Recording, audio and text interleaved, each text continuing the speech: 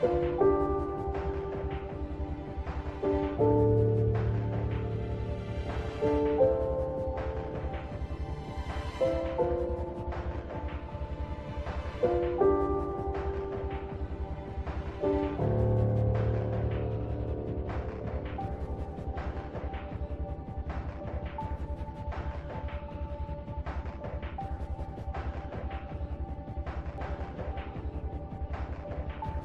Yellow Birds is a story about a young man's broken promise. It's a story of struggle and companionship and confusion and trust and pain and life. Bartle and Murphy were barely old enough to be called adults. They were barely old enough to make the right decisions on their own. They were barely old enough to have lived any life at all. But they were old enough to go to war. Kevin Powers gives us a story of growing up in a country in wartime and what it means to have to fight when you're not ready. He gives us a story of two ordinary boys becoming fast and true friends. And when those two worlds collide for Private Bartle, he gives us a story of what happens when the worst part of going to war is coming back home.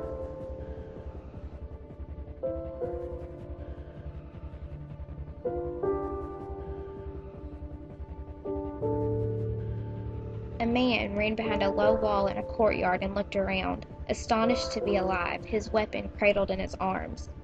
My first instinct was to yell out to him, "You made it, buddy, keep going."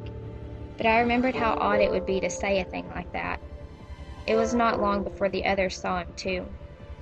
He looked left and right, and the dust popped around him, and I wanted to tell everyone to stop shooting at him, to ask what kind of men are we?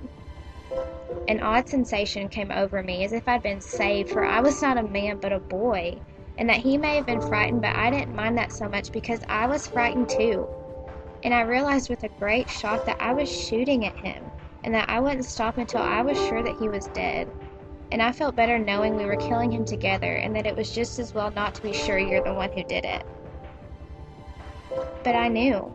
I shot him, and he slumped over behind the wall. He was shot again by someone else, and the bullet went through his chest and ricocheted, breaking a potted plant hanging from a window above the courtyard. Then he was shot again, and he fell at a strange angle, backward over his bent legs, and most of the side of his face was gone, and there was a lot of blood, and it pooled around him in the dust. I looked at Murph and Sterling and the rest of the platoon on the roof.